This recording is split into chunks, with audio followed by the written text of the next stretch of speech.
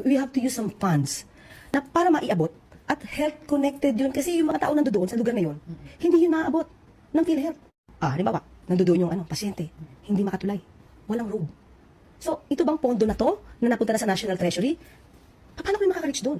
We have to use some funds na para maiabot at health connected yun. Kasi yung mga tao nandoon sa lugar na yun, hindi yun maaabot ng PhilHealth.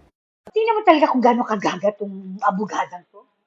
Cute ang gina mo. Naturingan kang abogada. Pero ang katwiran mo, pangsyo nga palagi.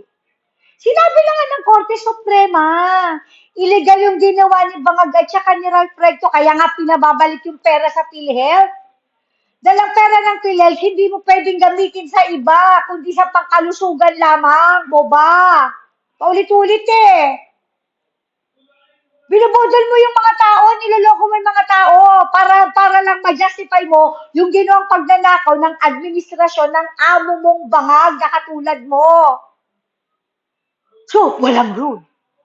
Andun yung pasyente, andun yung ospital, paano makakarating, paano magagamot? Kung walang road, you are so road! Sabi.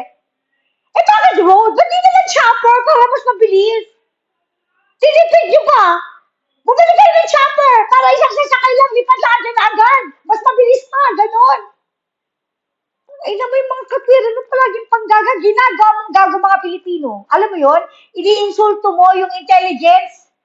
Yung angking talino ng mga Pilipino, iniinsulto mo. Feeling mo ikaw lang ang magaling. Di ba? Naniniwala ka ba sa sinasabi mo? Na health-connected, health-related pa rin? Yung gagawa ng tulay?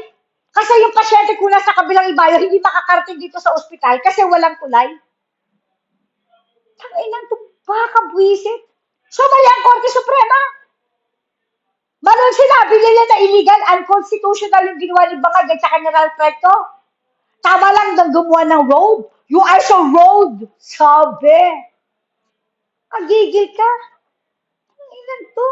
Abogada ka pero katwirma palaging pangtanga. Ano ka? What the fuck?